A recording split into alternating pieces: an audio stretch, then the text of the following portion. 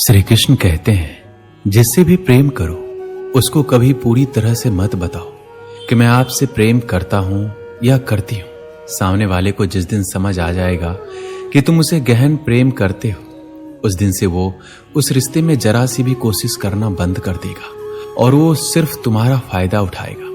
ये कड़वा है पर सच है। सच्चा प्रेम आपकी इज्जत की धज्जियां उड़ा देगा, आपको आपके घुटनों पर ले आएगा, लेकिन आप टूटेंगे और आपको एक असीम आनंद और ज्ञान की अनुभूति होगी। अगर पहले दर्द झेलने की हिम्मत हो तो किसी से दिल लगाएं, वरना ना लगाएं। एक बार अर्जुन ने श्री कृष्ण से पूछा, केशव तुम्हारे सबसे नजदीक कौन है? कृष्ण ने कहा, हे पार्थ, वो इंसान जिसके पास बदला लेने की शक्ति हो पर उसने फिर भी माफ कर दिया हो। ऐसा इंसान सदैव मेरे करीब होता है।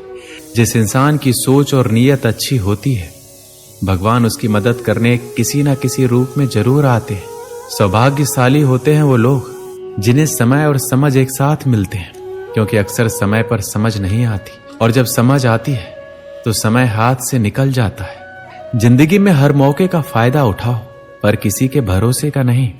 मौन रहने पर मूर्ख भी विद्वानों की कोठी में आ जाता है।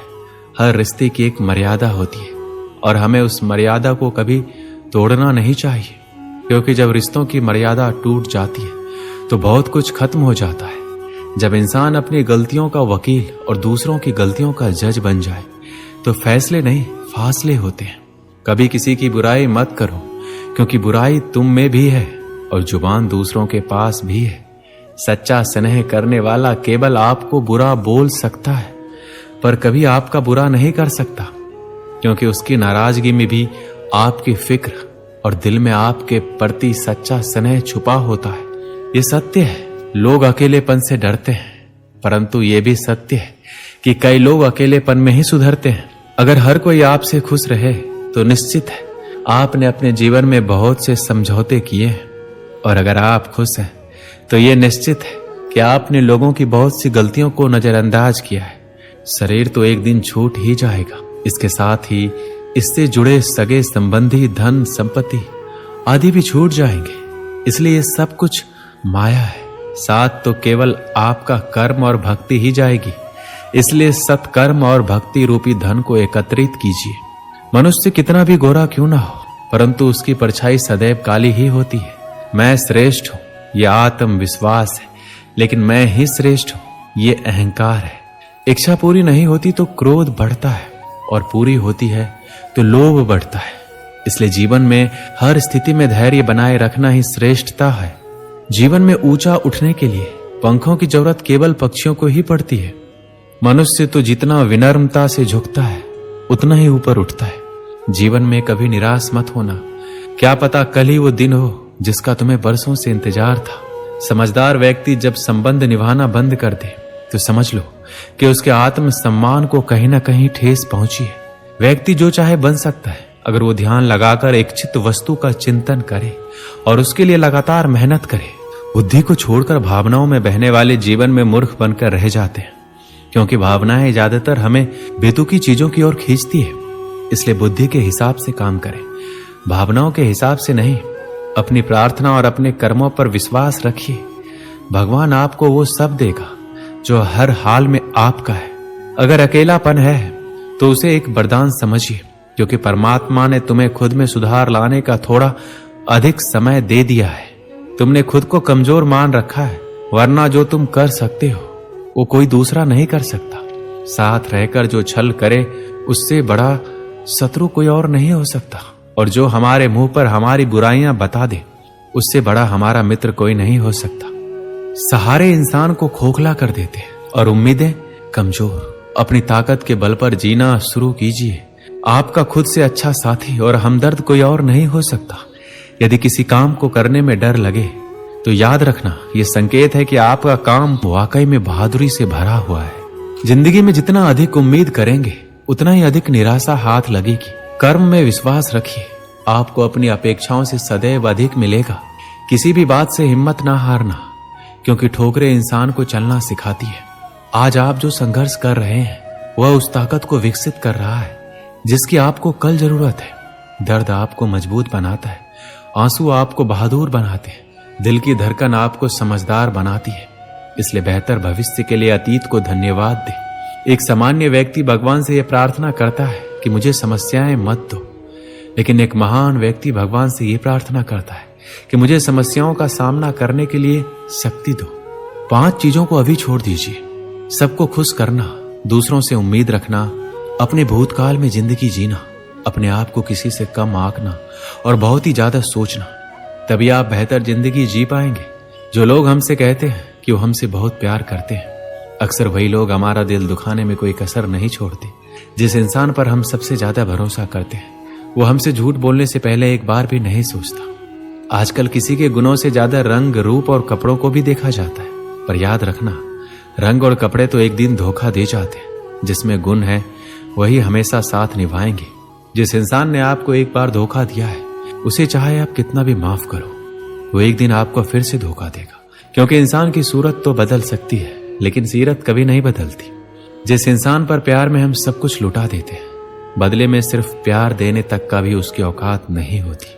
मदद लेने तो सब आ जाते हैं, लेकिन जब आपको मदद की जरूरत होती है तो मदद करने वाला कोई नहीं दिखता। कभी किसी और के लिए जीने का प्रयास मत करो। किसी और की दृष्टि में अच्छा बनने की चेष्टा मत करो। हम अकेले आए हैं, अकेले ही जाएंगे।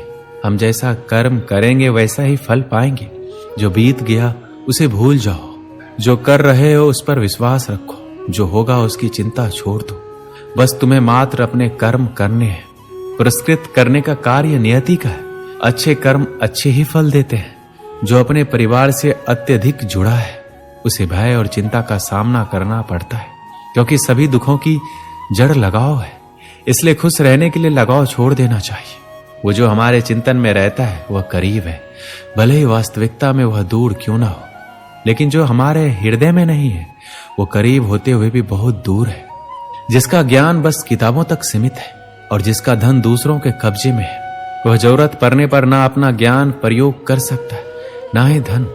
जो लोग परमात्मा तक पहुंचना चाहते हैं उन्हें वाणी, मन और इंद्रियों की पवित्रता और एक दयालु हृदय की आवश्यकता होती है। एक बार की बात है, एक गरीब लड़का छोटे मोटे सामान बेचकर अपने घर का खर्च और स्कूल का फीस जुटाता था। वह बहुत मेहनती और ईमानदार था। हर रोज की तरह वह सामान बेचने गया और सामान बेचते बेचते थक गया। उसे भूख भी लग गई, इसलिए उसने सोचा कि अगला जो भी घर आएगा मैं वहां पर सामान के बदले पैसे नहीं बल्कि खाना मांग लूंगा, ताकि मेरा पेट भर जाए और मैं अच्छे से काम कर सकूं। ऐसा ही सोचकर वह अगले घर की तरफ बढ़ा और दरवाजा खटखटाया। दरवाजा खुला तो एक लड़की बाहर आई। यह उसे देखकर कुछ बोल ही नहीं पा रहा था कि उसे सामान के बदले पैसे नहीं बल्कि खाना चाहिए। वह इतना थक चुका था, उसके अंदर कुछ भी समझने की क्षमता नहीं थी। वह जल्दीबाजी में बोल पड़ा, मुझे पानी चाहिए।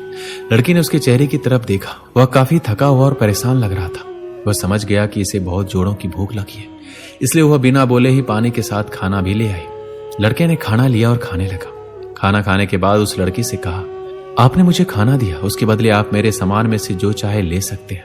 लड़की बोली, मुझे आपके सामान में से कुछ नहीं चाहिए। मैं आपकी हालत देखकर समझ गई थी कि आप थके हुए, परेशान लग रहे हैं, इसलिए मैं आपके लिए पानी के साथ खाना भी लेकर आई। मेरी माँ कहती है हमेशा अच्छे कर्म करते रहना चाहिए, ईश्वर की भी यही इच्छा होती है। ऐसा कहकर लड़की ने दरवाजा बंद कर लिया।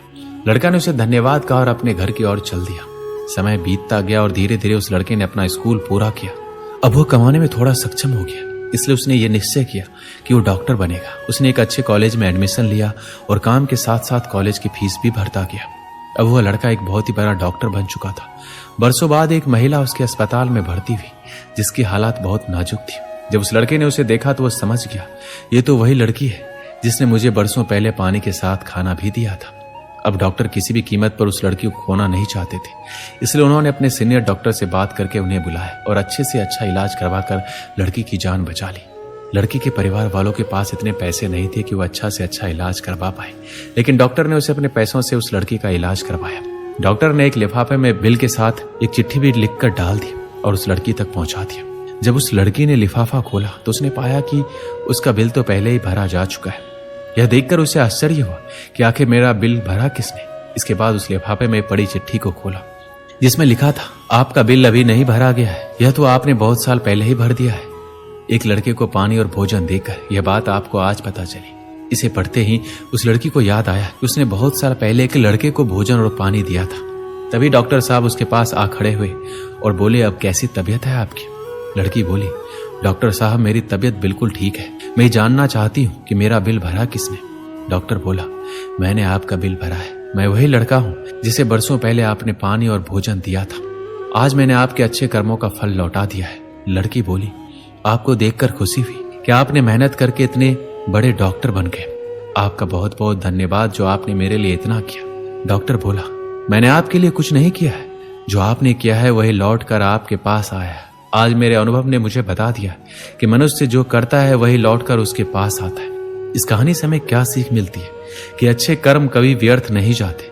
लड़की का एक छोटा सा काम जिसने उस लड़की की भूख मिटाई थी, आज उसके जीवन का सबसे बड़ा सहारा बन गया। ये कहानी हमें प्रेरित करती है